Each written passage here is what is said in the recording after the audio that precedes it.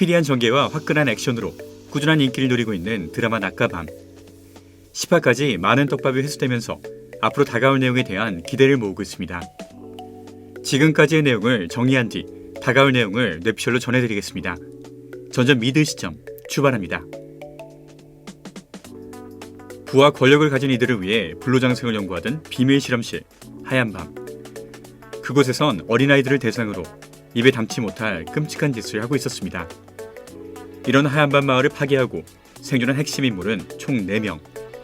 113번 도정우, 112번 제이미 레이튼, 157번 문재웅, 모두 대표 장용식.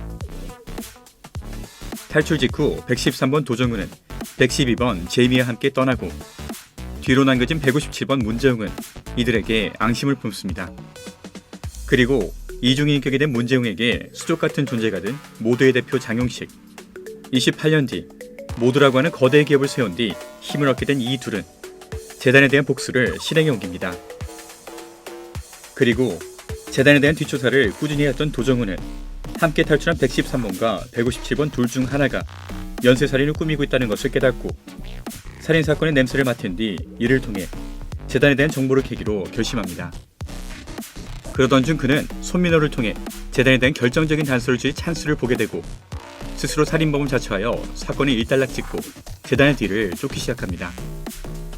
하지만 재단에 대한 문재웅의 복수는 이제 시작에 불과했고 문재웅, 도정우, 공혜원은 각각 다른 목적으로 재단의 뒤를 쫓고 이 과정에서 이들의 길이 겹치게 됩니다.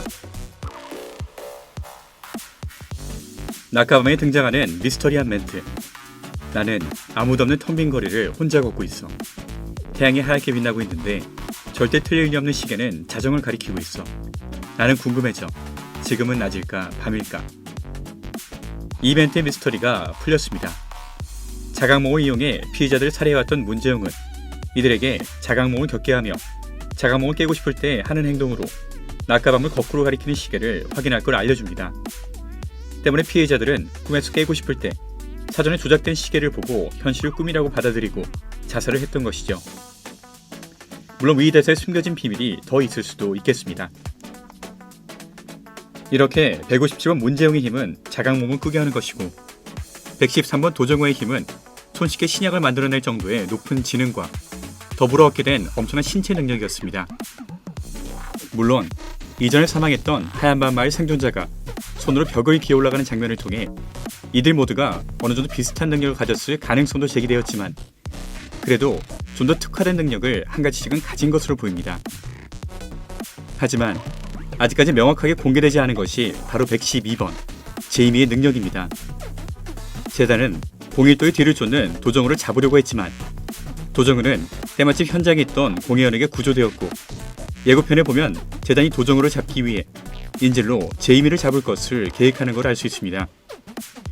하지만 재단도 그 누구도 아직 그녀가 어떤 능력을 가지고 있을지는 모릅니다.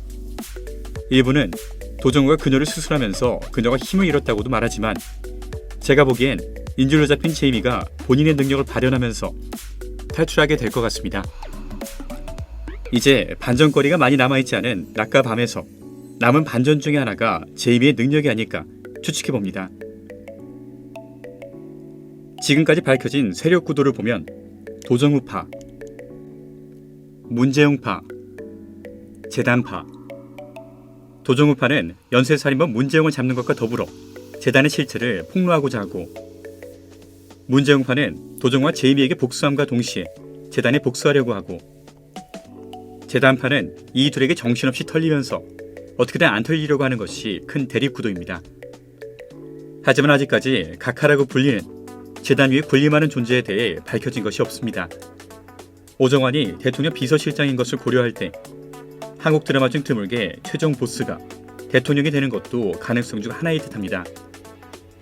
그러나 공개석상에 올라와 있는 사람이 나이가 대놓고 100살을 초과한다면 미국 트럼프랑 바이든도 너무 나이가 많아서 논란이 되고 있는 와중에 대한민국에서는 더욱 이슈가 될 것이니 이건 가능성이 낮다고 봐야 되겠습니다. 앞으로 다가오는 화에서 각하의 존재가 공개될 것 같습니다. 추리물에서 갑자기 히어로물로 장르 변신한 낮과 밤. 박진감 흐르는 내용이지만 주요 인물들이 어렵게 찾아내는 것들을 시청자 대부분이 이미 알고 있는 상황이었기 때문에 약간 루즈한 느낌이 들기도 했습니다.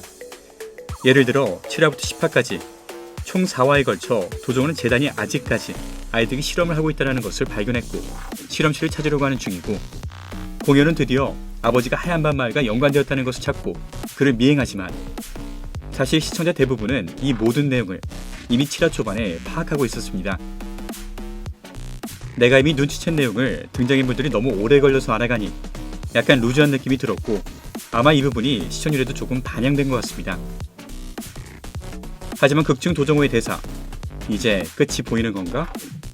이 대사와 동일하게 주인공들과 시청자들이 알고 있는 내용이 싱크가 맞춰진 지금, 앞으로 꿀잼이 펼쳐지지 않을까 기대해봅니다.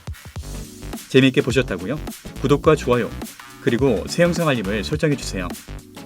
언제나 한 발 빠른 랩쇼를 제공하는 전전 믿으시죠? 라이언킴이었습니다.